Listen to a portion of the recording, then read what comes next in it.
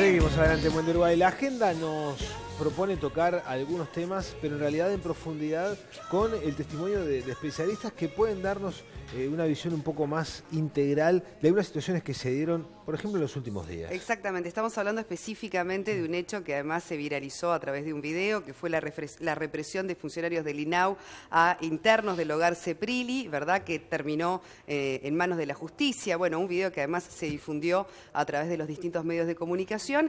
Y recibimos hoy, Fe, efectivamente, a un especialista en criminología, el psicólogo Gustavo Álvarez, pero que además tiene mucha experiencia en tema cárcel, es docente de operadores penitenciarios hasta el día de hoy. Así que, bueno, es nuevamente un gusto, Gustavo, recibirte aquí. Y es un amigo de la casa.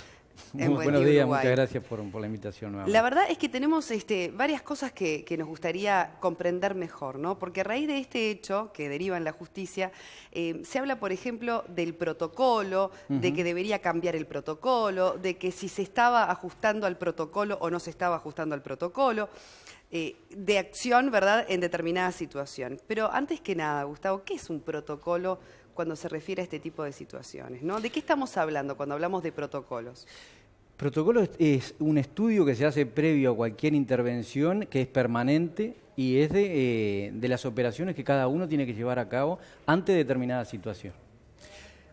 Entonces, ¿qué es lo que da el protocolo? Da una seguridad hasta jurídica, en cierta manera, para los funcionarios que actúan. Yo puedo tener claro qué es lo que tengo que hacer, qué es lo que no tengo que hacer, y eso está avalado institucionalmente. Entonces, ayuda no solo al funcionario, obviamente, o al operador, sino también a quien recibe esa acción.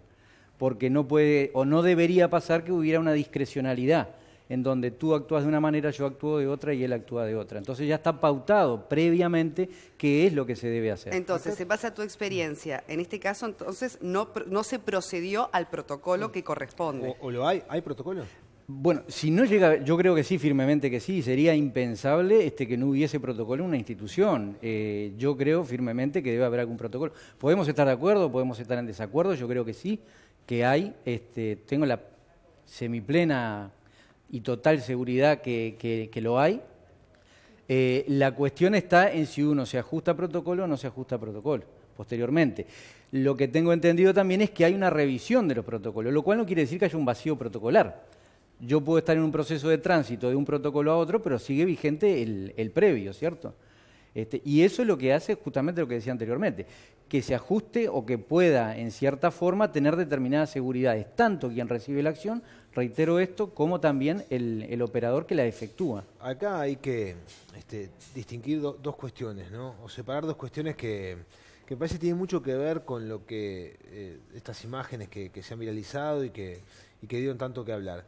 Por un lado, la forma en que se reduce a estos dos menores, ¿no?, que están allí en el INAU, la cantidad de efectivos, la violencia ante dos personas que en realidad no, estaban desarmadas y sin ningún tipo de intención de agredir, por lo menos por lo que se ve. Pero después, por otro lado, también lo que es el día a día del que trabaja en estas condiciones. Sí, buena puntualización. Primero, y retrocediendo un renglón de lo que decíamos anteriormente, fijémonos nosotros que si este es el protocolo, el retazo de video que nosotros vemos, este es el protocolo que está instaurado, se da de bruces contra todo lo que ha firmado el Uruguay en materia internacional y de derechos humanos. Me estoy refiriendo a la regla mínima de Naciones Unidas, a la regla de Beijing. O sea, si realmente es bueno, hay algo que no está funcionando bien. O hay un corte entre lo que firmamos para el exterior en esas materias y lo que realmente aplicamos.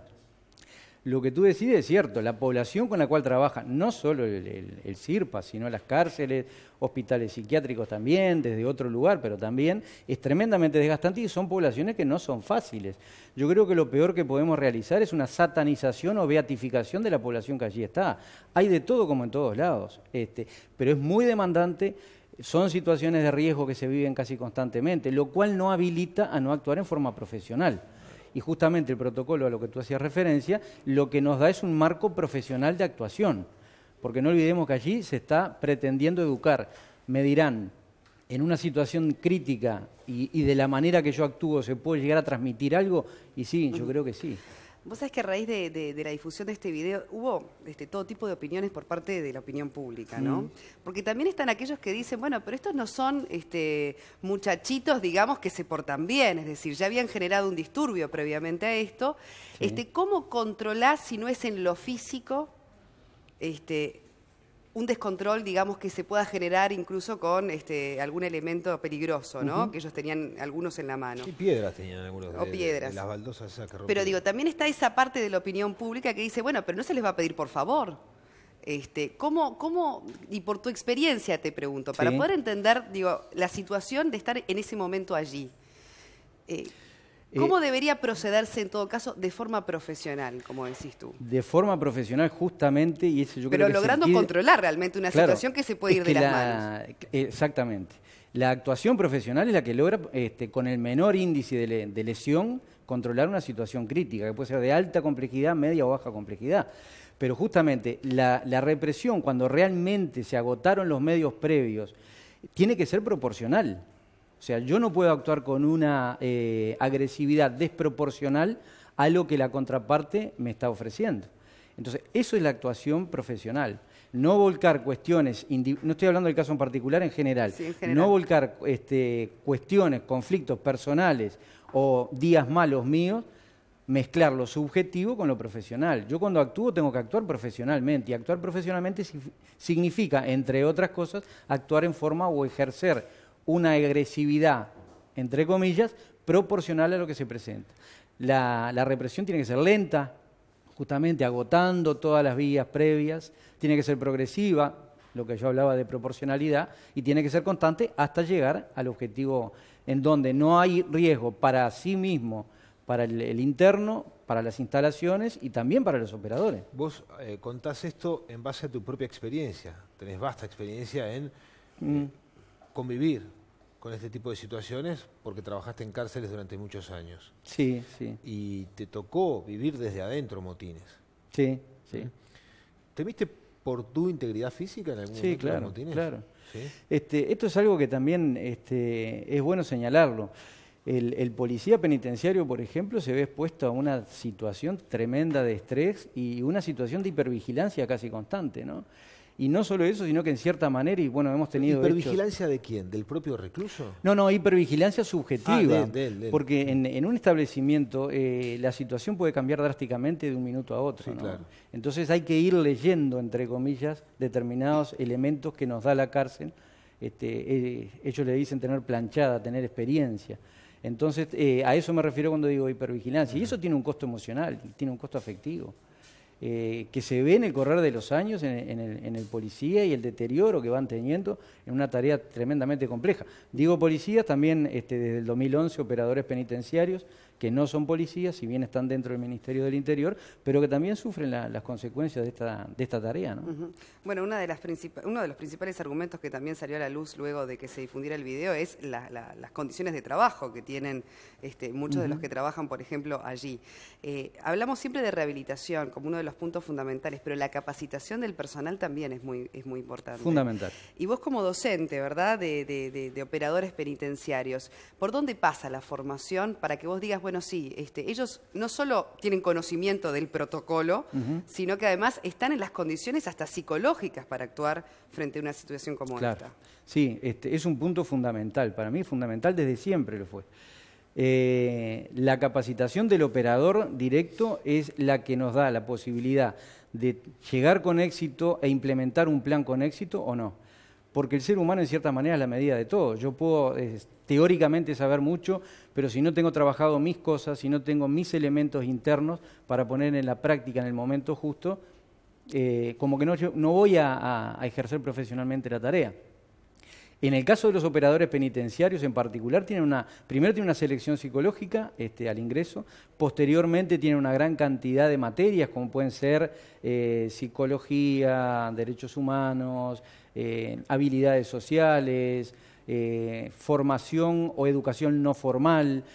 Tiene una gran cantidad y tienen muchas tareas que realizan y que la están realizando muy bien dentro de las unidades penitenciarias, pero es fundamental. Y agrego otra cosa.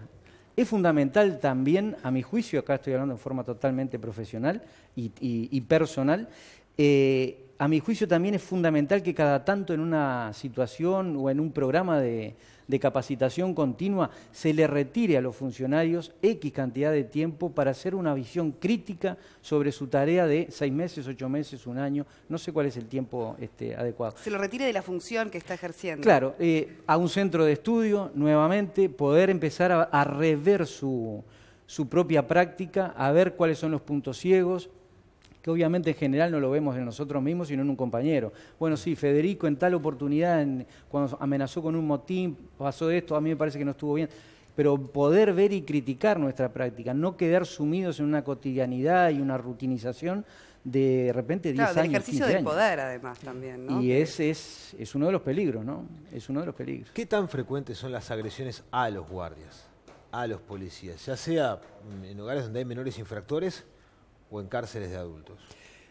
Si por agresión nos referimos al insulto, a la agresión verbal, eso es totalmente cotidiano. Agresión física. Y agresión física se da, yo no diría con regularidad, pero no es extraordinario, ¿no? Hablamos de reclusos a los guardias, ¿no? Por eso hay que aclarar, porque no trasciende por lo general. A pocos días de esto hubo también una agresión a guardias, ¿no? Fueron apuñalados, tengo entendido. Sí, sí, o bueno, pero actualmente ha descendido un tanto. En tiempos no muy lejanos, la agresión, un puntazo, una raspada, un golpe de puño, no era habitual, pero tampoco extraordinario. Y la situación también de los penitenciarios es que pasan por una situación altamente estresante y a los 15, 20, 25 minutos están de vuelta en la función.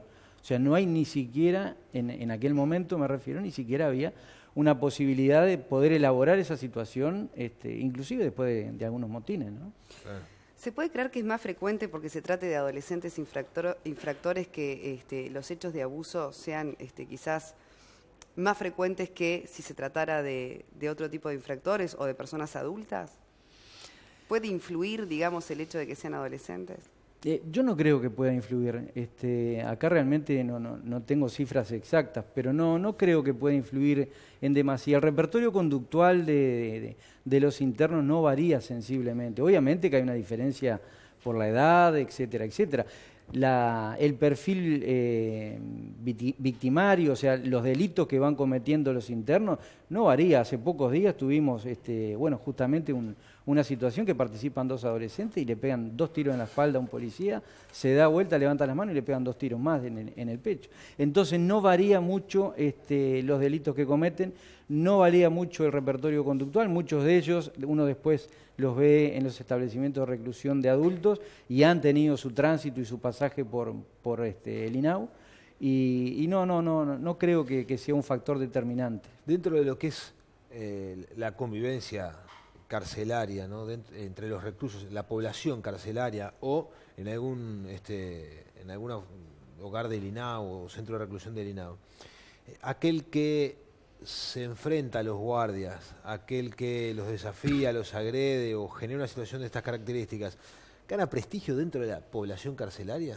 Sí, hay toda no solo jerga penitenciaria, que es la manera de hablar con determinados neologismos, sino también todo un parámetro de diferentes tipos de conductas. El delito ya está marcando en cierta manera en qué estrato entra en una unidad penitenciaria, ¿no? Y esto que tú decís, sí, también, claro.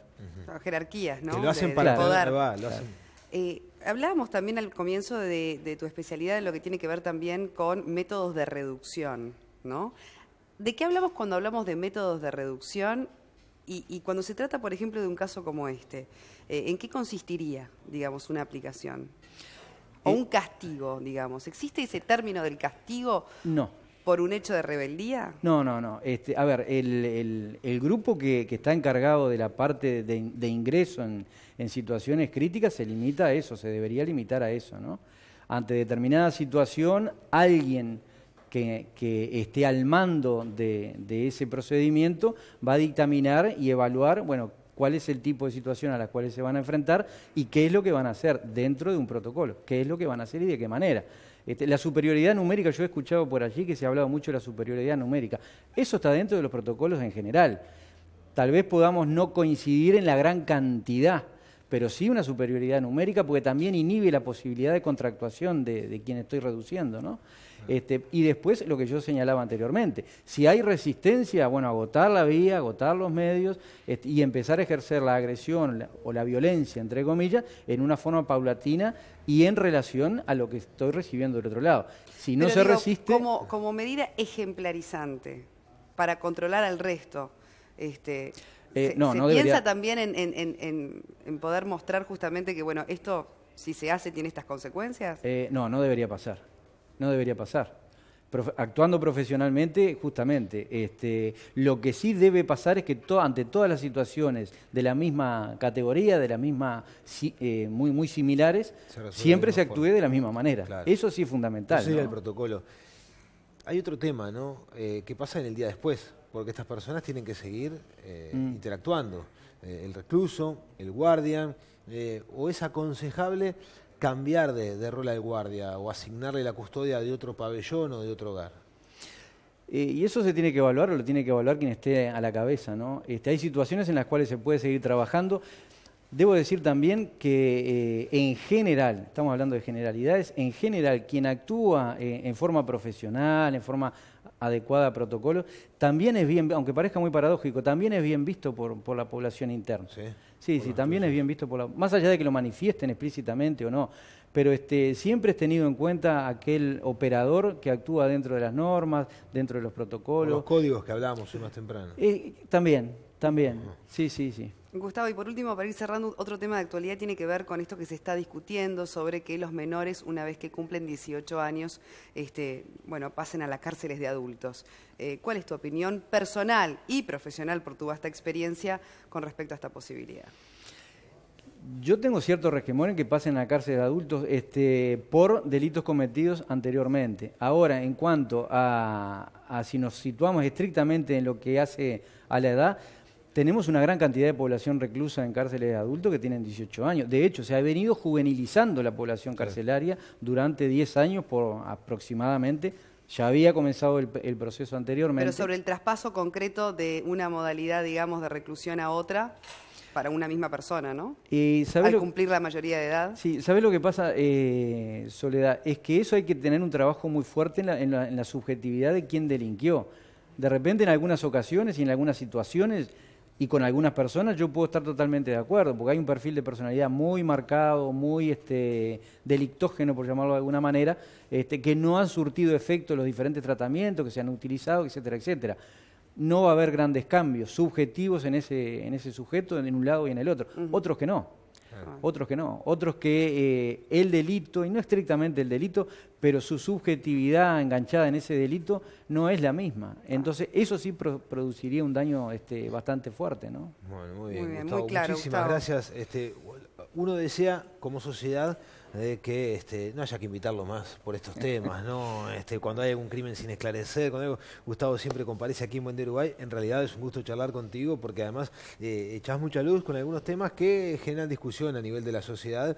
Las puertas del programa siempre están abiertas, pero capaz que sean por temas más gratos, como por ejemplo una intención o la iniciativa que tenés para el año que viene de hacer talleres, incluso enfocados a los comunicadores, ¿no? Para tener la jerga y el conocimiento bastante más claro cuando se habla de temas policiales y judiciales. Sí, es cierto. Y para no entorpecer la investigación. Claro. ¿Te acordás que lo hablábamos a raíz del caso Salomone también? Exacto, el tratamiento, digamos, que se le puede dar a casos, por ejemplo, donde está la vida en juego de una persona, como puede ser un secuestro, ¿no? ¿Cuál es el tratamiento mediático que puede tener esa noticia? Sí, yo parto de la base, más allá de la formación de cada uno de ustedes, que es muy buena, pero de todas maneras hay temas específicos en los cuales, teniendo un barniz, teniendo determinado conocimiento, hasta puede ahondarse más en el entrevistado, ¿no? Y claro, entonces cuando tengas ya confirmadas las fechas y las características de los talleres, serás bienvenido nuevamente para promocionar eso. Gustavo Álvarez, muchísimas gracias.